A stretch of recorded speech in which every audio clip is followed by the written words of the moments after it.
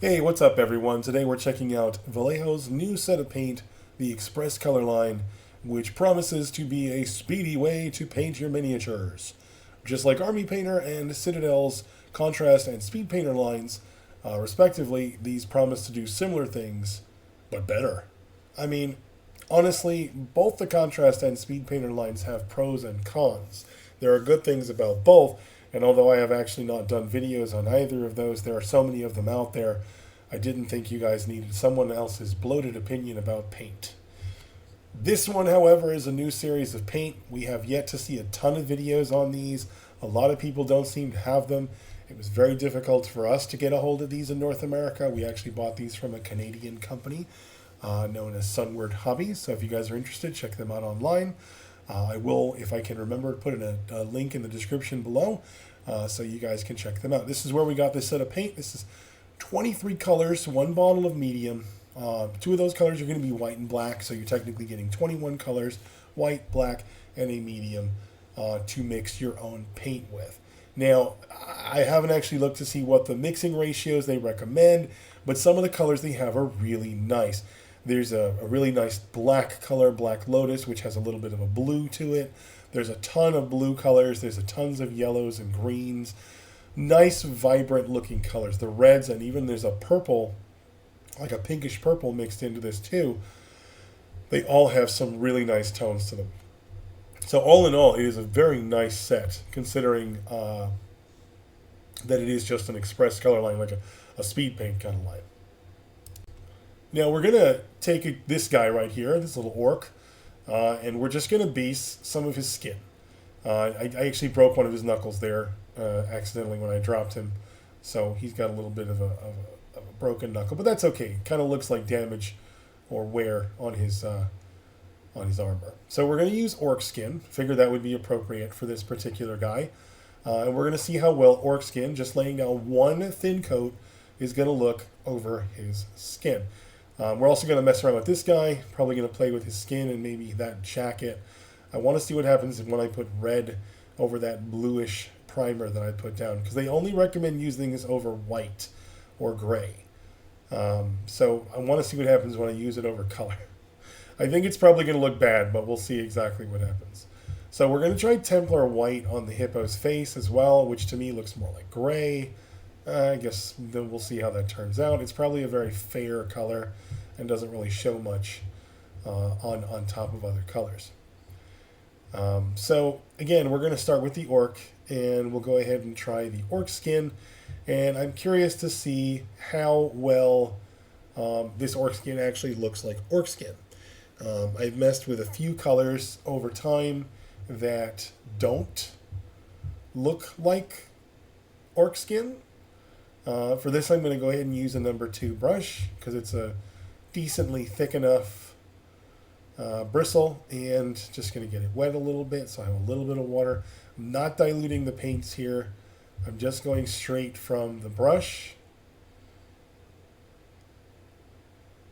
and I'm just going to take some of the paint. Always give it a shake. Don't forget to shake. Doesn't matter how well it looks mixed up on the outside. And these are nice new clear bottles, which they do look nice. Always shake up the paint. You always want to make sure the medium and the paint itself are evenly distributed throughout the bottle. It's always going to give you a nicer, cleaner color. Less texture too. So yeah, we'll go ahead and take this green, orc skin green, and we're just going to go ahead and start basing off his skin. Now, I don't know if you guys can get a good look at this because my camera's not exactly the best, but this was the best view I could give you and still being able to work on the model at the same time. But this paint actually goes on really well over the primed areas of the model. And as you can see, I'm being generous and kind of careful at the same time. I'm allowing the paint to deposit in the shadows, but I'm still pulling away, making sure that it does not deposit too heavily on the surfaces or the tops of those muscles, to give that shadow line on his muscle so I can see the musculature and really get that detail. And this is kind of what the Xpress Color line was sold on, was the fact that you're really looking for a paint that's going to make those details pop out without a lot of extra effort. And if you're careful with it, you try to minimize your mistakes, you're going to find that this paint's going to work with you really well. It's very good consistency. It's mega thin. It doesn't really need to be watered down. You can use it with a decently sized brush. Like I said, I'm using a number 2 here, and this is a very small miniature, so as you can see from the size of my hand next to the figure. So a number 2 brush is actually decently sized, but I'm still able to get in there, get enough paint on the bristles, and actually maneuver the paint into the cracks as it needs to. And as you can see, this Xpress Color does really go on very nicely. This is a nice paint, coats really well over the gray and white primer. Like I said, this was done in like a zenithal style prime. And it's coating very well, very nicely. I'm actually very happy with this so far. I must say that. One of the things, the bigger things that I had concerns with was reactivation, because with speed paint, there is always that concern of the paint reactivating itself when you carry over it either with another color or even just to glaze it or seal it. Sometimes will come off. You'll lose a bit of that color. That being the case, I have not yet noticed any reactivation on the areas that I had touched over. I'm sure that as we go through the paints and as I go through different colors with different models, as I work with this paint line, we'll either notice that it does or does not reactivate. Right now I'm seeing that it probably doesn't. It doesn't seem to have the same consistency as the Army Painter paints. Those are very thin and they act like an ink. These act more like a thinned out paint or glaze that has a particular type of medium in it. And again, this could be a medium that Vallejo has designed specifically for this type of paint. It could be almost the same as what contrast paint is using, because it does feel closer to a contrast paint than Army Painter's speed paint does.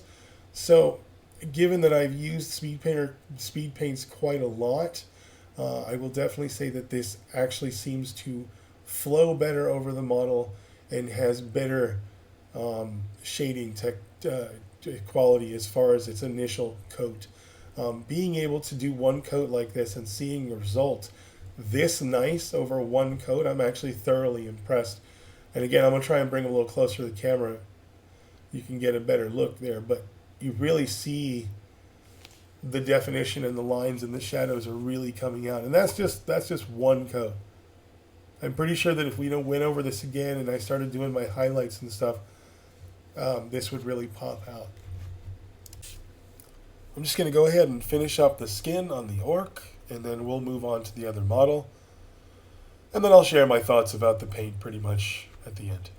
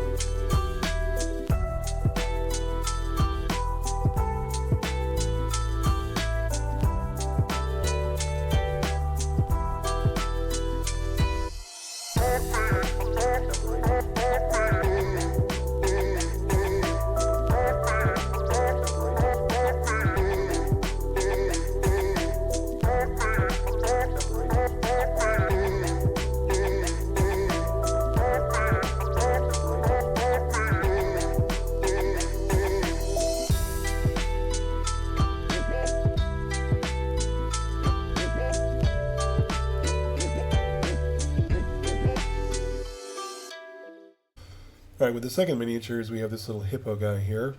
And like I said, I was going to paint his face gray. I primed him with a dark blue, and then a light blue and a white over top. And the white was so faint that it really didn't make much of a difference. But the purpose of this experiment here is to see how well Xpress Color will color over other colors. The instructions explicitly say to use over white or gray. So I was really curious to see how this would turn out over blue or bluish white, or in this case I guess just pale blue. I'm going to use the grayish color on his face, which again is called Templar White. Doesn't really look white to me. Looks gray. I imagine when it goes on, it probably dries a little bit lighter. But over this color, it's not really going to coat that much at all. In fact, we're probably going to have to go over it a second time to really make it noticeable that there's even been any color added to his skin whatsoever. What I am going to do, however, is take that scarlet color there, and I am going to paint his coat, because I want to see what's going to happen if I apply red over the top of this bluish primer. I want to see how much color definition actually comes through the paint, especially where I have those dark lines down at the bottom where the dry brushing didn't quite catch. So I'm curious to see how that actually turns out. So we'll take a look at that as we paint this over. Again, I'm going to speed this up because obviously this isn't much of a painting lesson, as more of a kind of a this is how this paint works kind of thing. So I'm not going to have you guys sit here watch me paint for the next 10 minutes.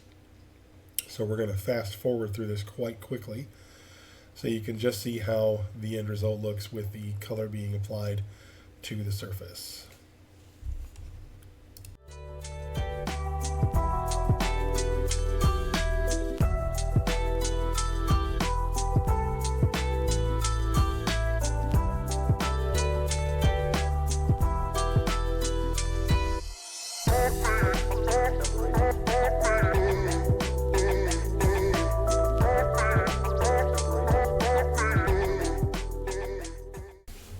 Alright, with the painting almost wrapped up, we can see how the paint reacts here to the different colors. We saw earlier how it worked on the Orc over the Zenithal Prime, and now we're seeing how this works over alternate colors. And it's interesting to see how contrast style paints do work over different types of primer techniques and different types of color techniques, or underpainting techniques as some people call it. And it is interesting to see how they react overall with each other, just to see if, can I use a speed paint with an Xpress Color? Can I combine contrast paints with speed paints and vice versa? And for the most part, we've tried doing that, and it doesn't seem to work terribly. So my takeaway in general from this is that the Xpress Color line seems to have a lot more control than both the Citadel and the Army Painter speed paint line. And I don't know if that's just the way they make their medium or the way that the fluidity of the paint is, but it is really, really nice paint. It is super fluid. It is real easy to use right out of the pot. Like I said, I'm not thinning this. This is just straight out of the container, just shaken, poured into the palette, and ready to use. I believe you can also thin this with some thinner and put it through your airbrush if you want to do it that way. So anyway, my takeaway is 2 thumbs up. It's a good paint line, and we'll get back to you on some more feedback once we've played around with it a bit more. Anyway, guys, thanks for watching so much. I appreciate it, as always. We hope to see you again soon. Again, if you're not a subscriber, please hit that subscribe button. Go ahead and hit that thumbs up if you enjoyed this video. And don't forget to ring the bell if you want notifications about episodes like this one. See you all soon.